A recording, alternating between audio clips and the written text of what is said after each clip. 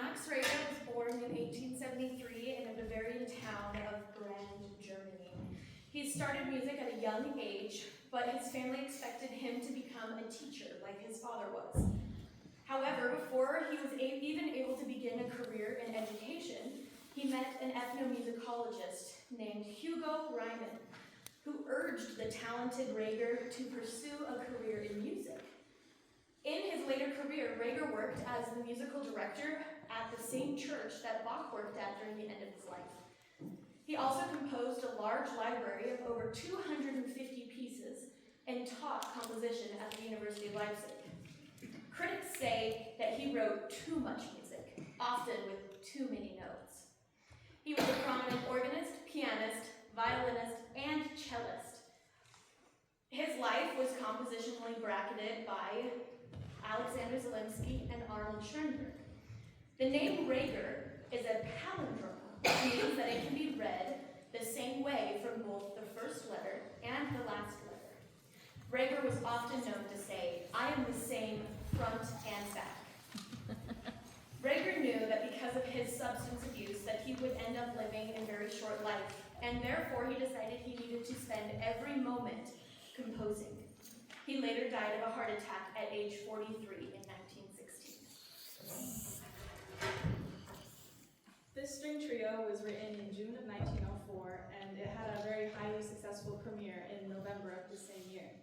This trio pushed tonality to its limits, but often it retreats to a neoclassical style. Today we will be playing the third and fourth movements. The third movement of this trio is a scherzo. Scherzos are intentionally humorous takes on the traditional minuet and trio form.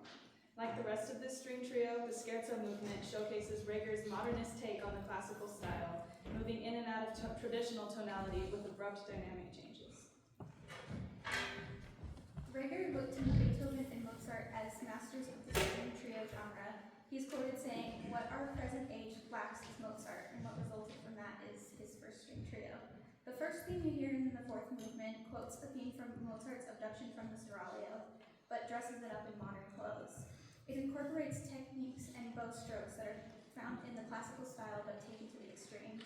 The fourth movement is full of energy and rhythmic drive, and it is modern yet harmonically free of any incrustation.